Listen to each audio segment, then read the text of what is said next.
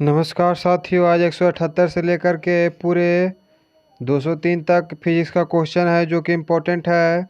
ध्यान से देखिए, वीडियो के अंत तक बने रहें। देखिए, पहला आपका क्वेश्चन है 178 में 1 केजी प्रति सेंटीमीटर स्क्वायर दाब समतुल्य है, यानी किसके बराबर होगा? 1 केजी प्रति सेंटीमीटर स्क्वायर किसके बराबर होगा? तो आपका करेक्ट इसका आंसर हो जाएगा ए नंबर, यानी 0.1 बार के बराबर। 0.1 बार। बार जो होता है ये आपका एटमॉस्फेरिक प्रेशर का यूनिट होता है, वायुमंडलीय दाब का। अगला आपका क्वेश्चन है 179 में कि क्यूसेक से क्या मापा जाता है? क्यूसेक।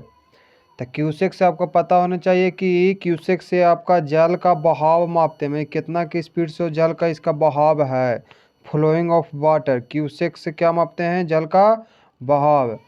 नेक्स्ट आपका है 180 नंबर क्वेश्चन में किसी पिंड का भार ध्रुवों पर सर्वाधिक होता है। एकदम सही बात है।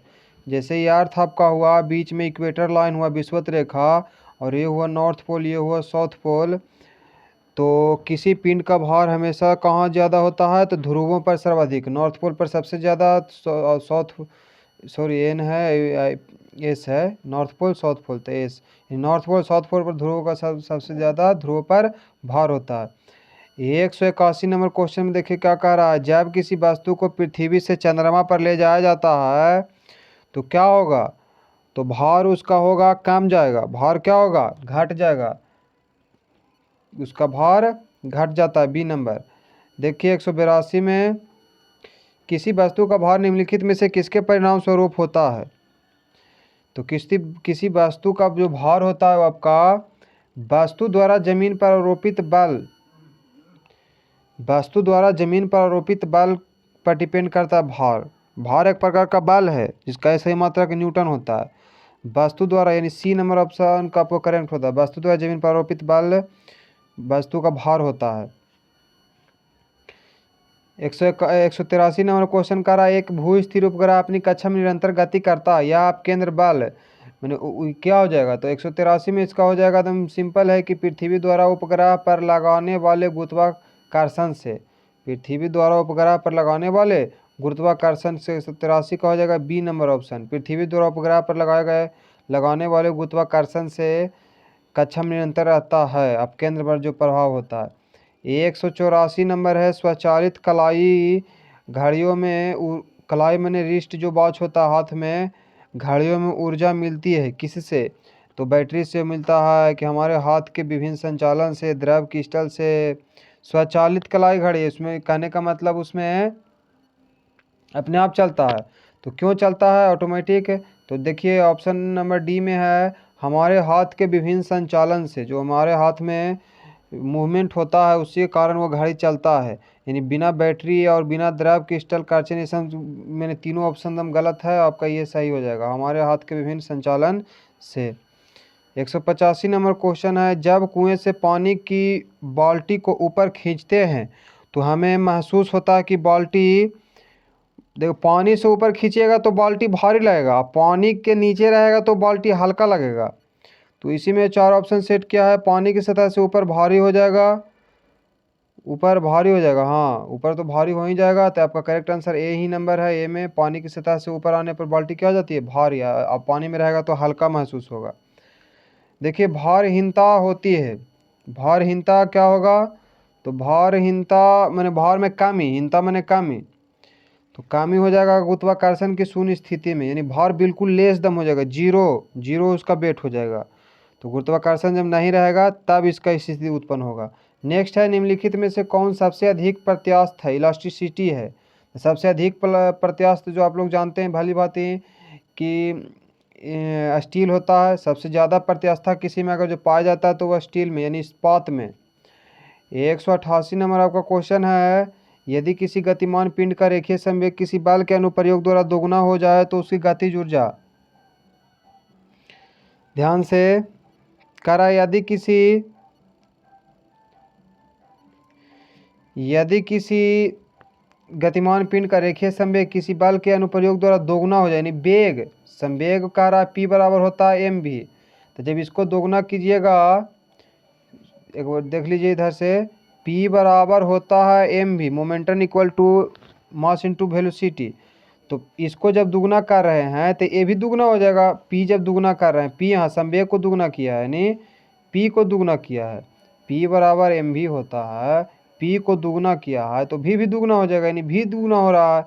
तो उसकी गतिज ऊर्जा पर क्या इफेक्ट पड़ेगा, तो गतिज ऊर्जा यानी E के बराबर होता है, ध्यान से देखिए, E के बराबर होता है यानी काइनेटिक एनर्जी बराबर half M V square, half M V square. तो क्या कह रहा है, यानी वेग दुगना हो रहा था, v की जगह पर 2 रखिएगा, 2 का स्क्वायर कितना 4 गुना, तो 4 गुना बढ़ जाएगी, गतिज ऊर्जा क्या हो जाएगा 4 गुना बढ़ जाएगी। 188 के बी। 189 नंबर आपका क्वेश्चन कर रहा है, घड़ी के स्प्रिंग में भंडारित ऊर्जा है, तो घड़ी के स्प्रिंग में स्थिति के कारण होती है, इसलिए क्या हो जाएगा स्थितिज ऊर्जा, स्थितिज ऊर्जा इसका कहते हैं कौन सा एनर्जी, पोटेंशियल एनर्जी। स्थितिज ऊर्जा का इंग्लिश क्या होता है, पोटेंशियल एनर्जी, पोटेंशियल एनर्जी यानी ई पी यानी पोटेंशियल एनर्जी, इसको कहते हैं गतिज ऊर्जा। इसका फॉर्मूला होता है गतिज ऊर्जा बराबर mgh, mgh।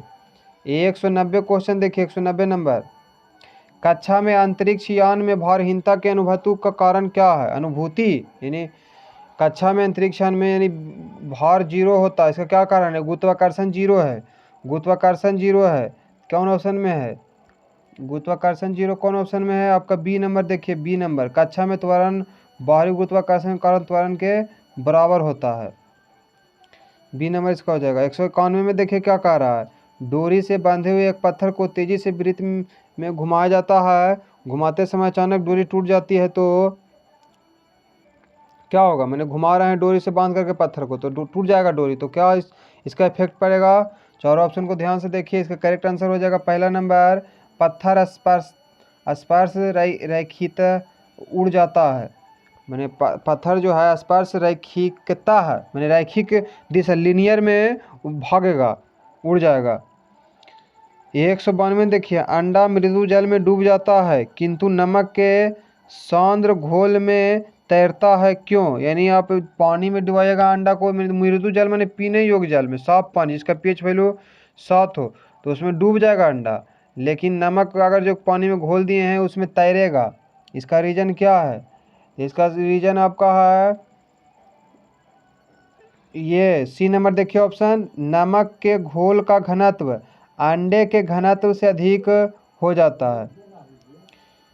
192 नंबर क्वेश्चन में देखिए क्या कह रहा है, नमक के घोल का घनत्व अंडे के घोल के घनत्व से अधिक होता है, यानी 192 का आपका करेक्ट आंसर हो जाएगा सी नंबर। अगला क्वेश्चन आपका कह रहा है 193 में, 193 में देखिए क्या कर रहा है, किसी व्यक्ति को मुक्त रूप से घूर्णन कर रहे घूर्णी मंच पर अपनी चाल काम करने के लिए क्या करना चाहिए, जिसे घूर रहा है कोई ऐसे करके, मान लीजिए इंसान है, ये आपका इंसान है और ये इस पर घूम रहा है, ये चारों पट्टी मैंने घूर रहा है, तो उसका स्पीड करने पर मैंने क्या करना चाहिए, तो स्पीड करने के लिए कम करने के लिए आपको अपने हाथ बाहर की तरफ फैला दें तो स्पीड कम हो जाएगा, चाल कम हो जाएगा। 194 में देखिए क्या कर रहा है, साबुन कपड़ों की बेहतर सफाई में क्यों सहायक होता है, तो साबुन पृष्ठ तनाव ऐसी नहीं, हाँ पृष्ठ तनाव का कम करता है, लेकिन इसमें देखिए क्या ऑप्शन कह रहा है 194 के ए, या घोल के पृष्ठीय तनन यानी तनाव को कम करता है साबुन, अब डिटर्जेंट क्या होता है बढ़ाता है पृष्ठ तनाव को। 195 में देखिए क्या कर रहा है, न्यूटन मीटर मात्रक है, न्यूटन मीटर, तो न्यूटन मीटर किसका मात्रक है, न्यूटन कहने का मतलब एफ, मीटर यानी एस, डब्लू बराबर एफ एस यानी कार्य का, कार्य यानी ऊर्जा का, ऊर्जा का। 195 के डी नंबर ऑप्शन ऊर्जा का। देखिए 196 में क्या करा, डायनेमो इसे परिवर्तित करता, डायनेमो किसको किस में परिवर्तित करता, तो यांत्रिक ऊर्जा को विद्युत ऊर्जा में, बी नंबर ऑप्शन। एसएससी में पूछा हो तो 15। 196 का हो जाएगा आपका बी नंबर ऑप्शन। डायनेमो किसको परिवर्तित करता है? यांत्रिक ऊर्जा को विद्युत ऊर्जा में।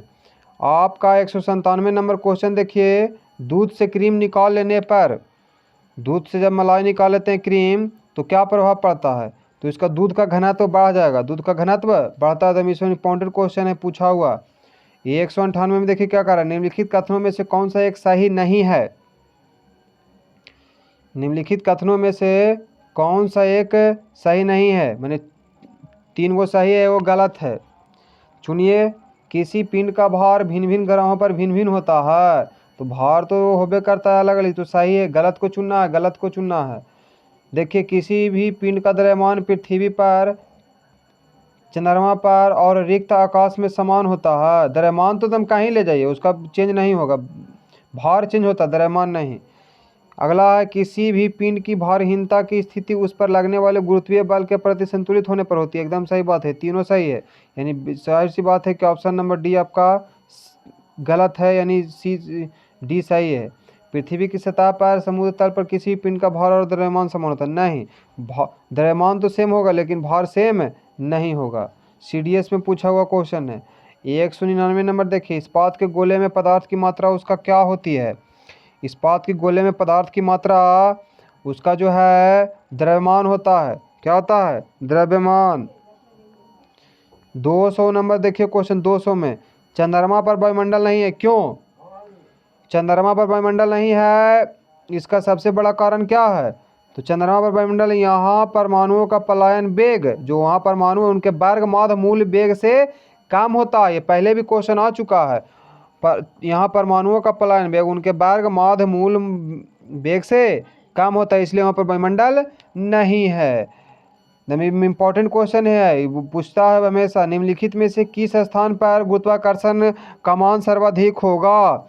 तो गुरुत्वाकर्षण सबसे ज़्यादा कहाँ होता है साथियों? एकदम बेसिक से एकदम है, गुरुत्वाकर्षण सबसे ज़्यादा होता है अंटार्कटिका कैंप के रूप में। अंटार्कटिका कैंप में जी का मान सबसे ज़्यादा होता है। 202 नंबर देखिए, द्रव चालित ब्रेक किसके नियम पर कार्य करता है? तो द्रव चालित ब्रेक आप जानते हैं कि पास्कल नियम, एक बार और आया था पास्कल नियम। ध्यान से 203 में देखिए, निम्नलिखित में किसकी इकाई न्यूटन मीटर नहीं है? न्यूटन मीटर देखिए ऊर्जा का है, कार्य का है, ये भी ऊर्जा है, तो बल का नहीं होगा, बल का न्यूटन होता है। आपका करेक्ट आंसर हो जाएगा बल का, यानी 203 का जो होगा बल का, न्यूटन मीटर नहीं होगा। इसलिए एकदम वीडियो को लाइक करें और शेयर करें। Thank you.